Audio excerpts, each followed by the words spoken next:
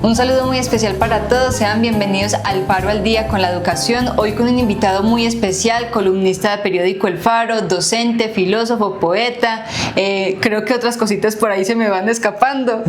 Para mí es un placer poder conversar el día con usted hoy, profe Paulo Andrés Villegas, docente del Instituto Tecnológico, quien nos va a contar un poquito hoy acerca de su recorrido como docente, de todo su trabajo filosófico y de las cositas que hace a nivel académico. Profe, bienvenido a este espacio. Muchas gracias al periódico El Faro, a usted, Hilda, por la invitación, por hacer la apertura para este tipo de conversaciones tan interesantes.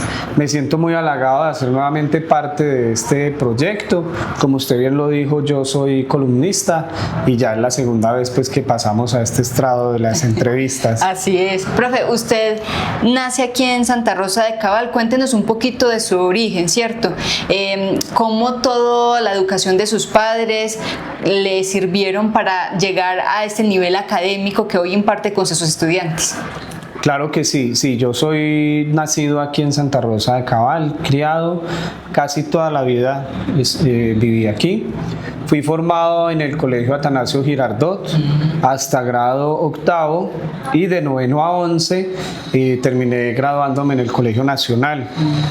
Luego de eso entré al Seminario Mayor de Manizales, puesto que en mi casa siempre tuvimos una formación muy católica. Y después de haber ensayado en el seminario, de haber descubierto pues, que no era mi vocación, entré a la Universidad Tecnológica de Pereira a estudiar filosofía. Y luego de estudiar la licenciatura en filosofía, becado por el departamento, y me gané la beca Jorge Roa Martínez y entonces hice maestría en filosofía también allí mismo.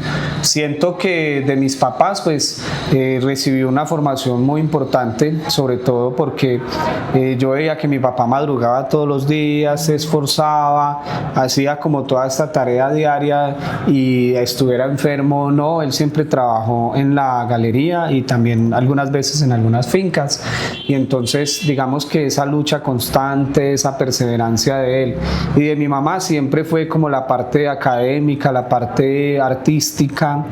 Ella fue la que me enseñó a leer, me enseñó a escribir, me enseñó a sumar, a multiplicar. Nosotros vivíamos en una finca y ella ocupaba como los ratos que le quedaban libres de su oficio como ama de casa para enseñarme todo ese tipo de cosas. Entonces cuando yo entré al colegio, a la escuela, yo ya venía muy adelantado respecto a los otros niños. Así es, profe, usted ahorita es magíster, es investigador, también traduce textos medievales, se ganó estas becas de Risaralda Profesional y de la Biblioteca Jorge Roa Martínez, que seguramente para usted con su origen fue un logro muy grande, ¿cierto? Fue como claro sí. Le debió generar mucha satisfacción. Sí. Hoy como docente también, además que procura que sus estudiantes también tengan esas oportunidades y más cuando hay estudiantes que vienen de contextos complicados.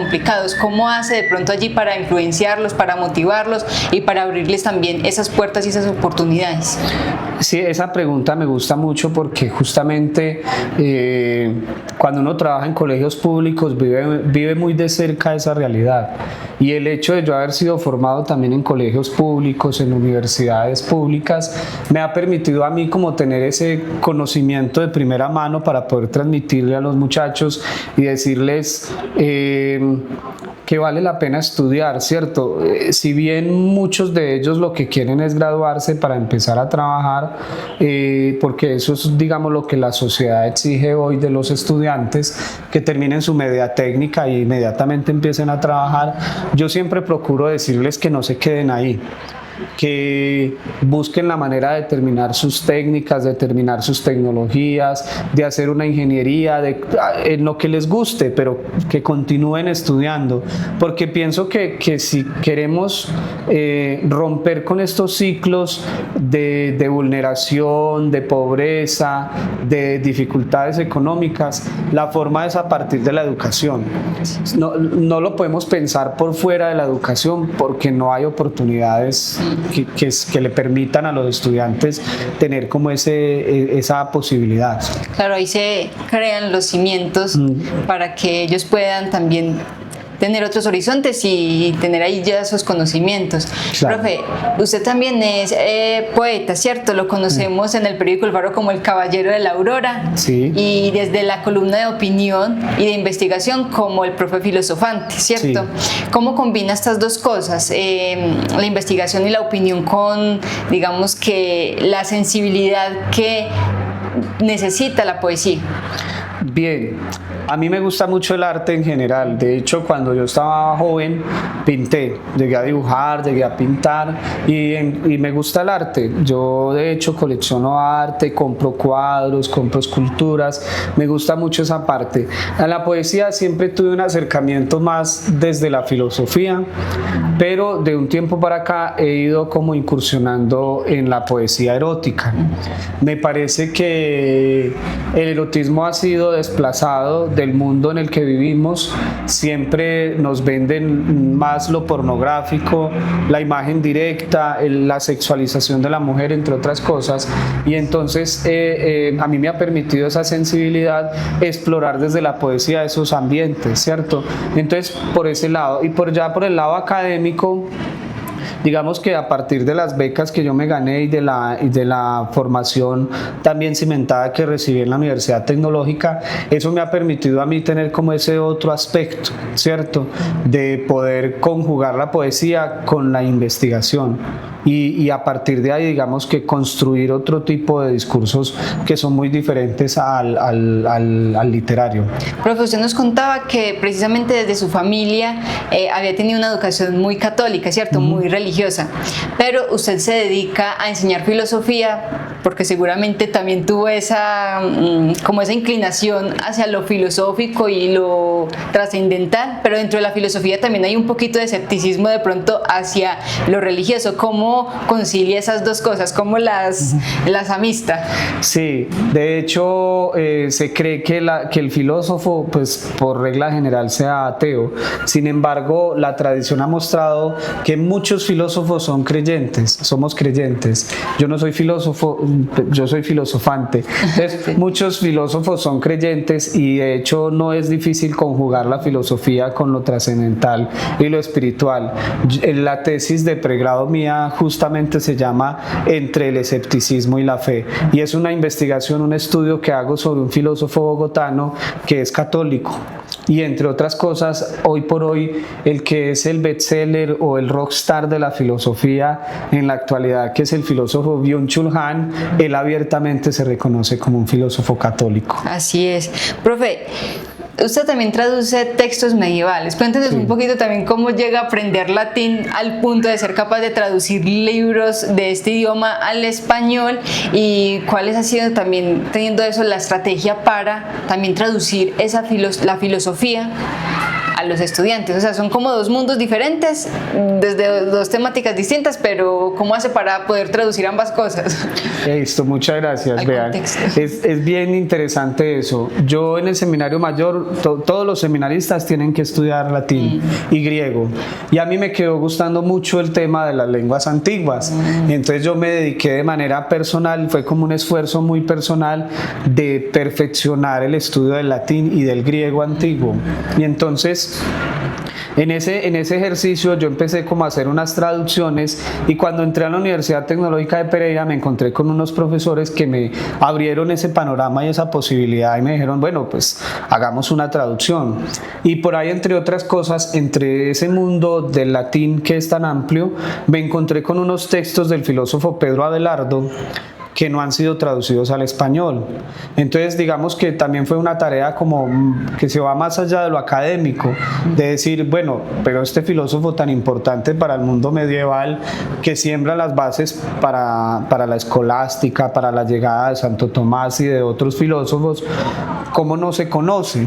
¿Cierto? Entonces empecé a hacer la traducción de sus libros que no están en español, porque hay mucha parte de la obra de Pedro Abelardo que está en español, pero hay unos que son trascendentales en su pensamiento que no fueron traducidos, que fueron dejados de lado. Y entonces digamos que también fue ese ejercicio académico de darme a la tarea de presentar la primera traducción de Pedro Abelardo. De hecho, en este momento estoy estoy haciendo otra traducción del mismo filósofo de un texto que no está en español. Súper bien, profe. Teniendo en cuenta su rol dentro de la docencia como filósofo, ha de incentivar en su clase de que los estudiantes se pregunten, ¿cierto? Se pregunten por todo. Claro. ¿Cuál ha sido de pronto la pregunta más incómoda o más extraña que de pronto le han hecho en clase que de pronto no haya sido capaz de responder o lo haya dejado pensando demasiado?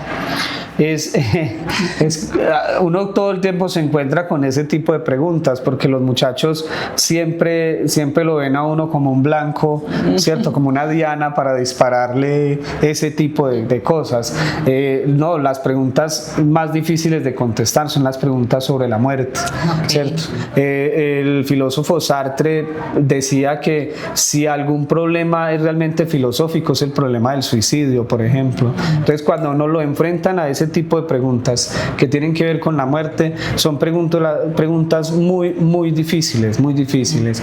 Pero, por ejemplo, pues, casualmente hoy que estaba hablando con unos estudiantes y entonces ellos me decían, estábamos haciendo una pequeña relación ahí entre ser friki y ser normal, entre comillas, y entonces estábamos dialogando sobre eso y uno de los estudiantes me decía, profe, ¿y cuándo empezó a hablarse del pecado? Porque veíamos que en la antigüedad muchas de las cosas que consideramos pecado eran naturales, hacían parte de la misma naturaleza humana. Y entonces, por ejemplo, esa pregunta es una pregunta muy compleja porque tiene unas implicaciones religiosas y tenemos que entrar a mirar en qué corriente religiosa nos encuadramos para saber a partir de qué momento ciertas cosas comienzan a ser pecado y otras no. Entonces yo les decía, por ejemplo, hablábamos del amor propio en sentido sexual, para no decir esa palabra porque luego nos quitan este video de internet, y entonces ellos me decían, ¿eso a partir de qué momento empieza a ser pecado? Y nos cuestionábamos esto, ¿cómo eso puede ser pecado? Pero hemos normalizado hablar mal de los otros, criticarlos, señalarlos, ¿cierto? Que al otro, incluso hasta robarles se ha vuelto algo normal. Yo me le robo un lapicero, ay, venga, yo firmo aquí, y luego yo me quedo con el lapicero y sé que es del otro, pero no se lo devuelvo, ¿sí? Y eso lo hemos ido normalizando, pero eso otro ya sí es pecado. Entonces, digamos que también tuvimos como una reflexión interesante a partir de eso, pero es una pregunta absolutamente difícil de contestar. Así es, profe. Ya pasemos de pronto un poquito al lado personal, porque usted también está casado con una docente. Sí. ¿Me recuerda su nombre? El nombre de mi esposa es Yelitza del Valle. Yelitza. Y tienen 2 hijos. Ajá. De hecho, Esteban ya está escribiendo para nosotros también al periódico El Faro, que es un gusto para nosotros ver la evolución de él en sus textos, que todas las reflexiones que hace de cosas que están ocurriendo en el mundo. ¿Cómo ha sido en esa vida cotidiana de familia el tema de la pedagogía y la filosofía? ¿Cómo conviven con, digamos, estos temas también tan importantes que están dentro de su quehacer como familia? Qué bien, sí. Mi esposa también es filósofa, aunque ella no estudió filosofía, pero ella sí hace el ejercicio de la filosofía en sus cosas, ¿cierto? Ella pinta, escribe, y entonces digamos que hay mucha armonía entre la forma de pensar de ella y la forma de pensar mía. Ella es profesora de lenguas modernas y entonces digamos que a pesar de que la traducción que yo hago y que el ejercicio de los idiomas son antiguos y ella modernos, eso no es barrera, siempre tenemos como una manera de conjugar esas dos cosas. Entonces en la formación de los hijos también se ve manifiesto eso. Otra cosa es que los muchachos aprenden viendo, ¿cierto? Es el ejemplo, más que el regaño, más que la pela, más que el consejo, es lo que ellos ven. Y si ellos ven a 2 papás que se la pasan traduciendo, porque ella hace su ejercicio de traductora, yo hago mi ejercicio de traductor, 2 papás que se la pasan leyendo, porque a ella le gusta leer novela histórica, yo me la paso leyendo filosofía y otro tipo de literaturas. Entonces eso va conjugando y ellos van entendiendo que ese es como una forma de ser. En la casa todos son artistas, ¿sí? Mi hija toca violín, mi hijo toca el piano, ambos cantan, ambos tocan guitarra, mi hija pinta, mi esposa pinta, o sea, entonces ese ejercicio.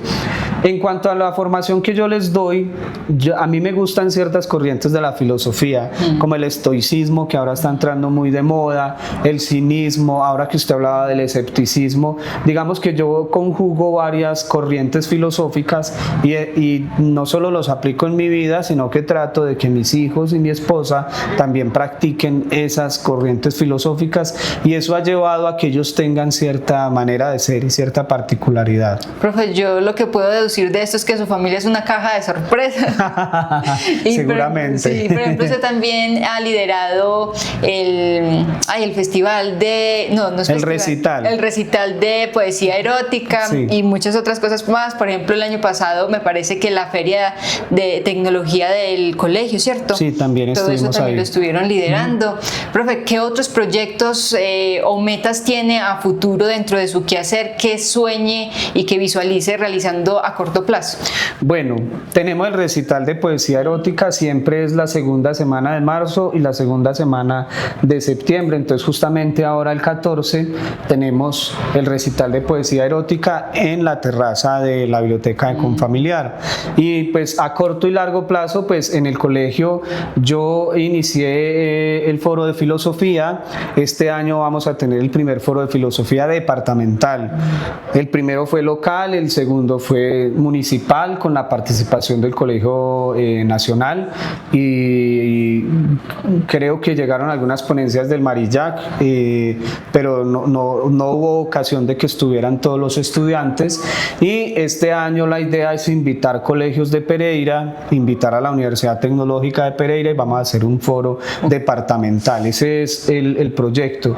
El Colegio Goretti hace cada año el modelo de Naciones Unidas, el GOMUN.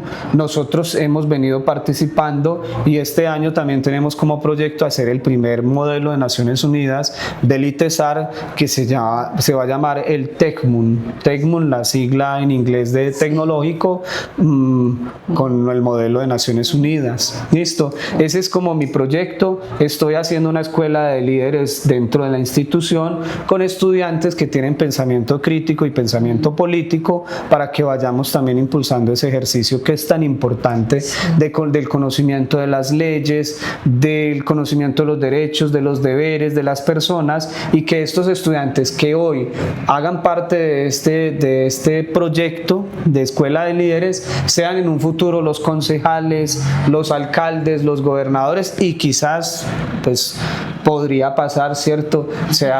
Salga el presidente o la presidente de Colombia, así como en un pasado tuvimos a uno aquí vecino, César Gaviria Trujillo, podríamos tener un presidente de Santa Rosa de Cabal, no estaría mal eso. Sí, es verdad, profe. No, para mí un gusto haberlo tenido hoy aquí, que las personas que nos siguen y que lo leen seguramente en el periódico también puedan conocer más acerca de usted, de su trayectoria, de las inclinaciones, pensamiento que tiene, ¿cierto? No, yo creo que fue un placer y un momento, un espacio muy valioso. Bueno, listo, muchas gracias por la invitación nuevamente. Sí. Gracias a las personas que nos ven, a las personas que nos escuchan también, nos siguen, ¿cierto? Espero que también me sigan a mí, búsquenme por ahí en Instagram, el Profe Filosofante, en YouTube también estoy como el Profe Filosofante. Esas son las dos redes sociales que yo manejo en este momento, y bueno, tenemos muchos proyectos por ahí pendientes que se pueden ir enterando a través de estas redes. Yo hago un podcast, es un podcast de unos videos muy cortos, más o menos de 2 minutos, donde hago una serie de reflexiones, y ahorita estoy hablando justamente sobre la importancia de escucharnos, de dialogar, ¿cierto? Nosotros cuando hablamos siempre estamos esperando para contestarle al otro, y en ningún momento estamos haciendo realmente una reflexión de escucha activa, ¿cierto? Entonces estoy trabajando ahora el asunto de la conversación, y iremos hablando de otros temas, y si me siguen y ven los videos, pues entonces ustedes pueden comentar por ahí para ir mirando qué otros temas resultan, y vamos construyendo ahí conocimiento entre todos. Y que esa no sea la última vez de ese año que podamos conversar con ustedes, sino que podamos tener otros espacios para reflexionar acerca de otras temáticas. Entonces, bueno, las puertas de Periódico El Faro están abiertas para hacer otras cositas. Listo, muchas gracias. Claro, no es sino que me avisen y escogemos un tema y conversamos. Y quizás hacemos un espacio filosófico. contigo en estos raticos que sacamos del Faro. Muchas Exacto. gracias. Muchísimas gracias y ustedes gracias por estar ahí atentos con toda nuestra información. Nos vemos en un próximo episodio.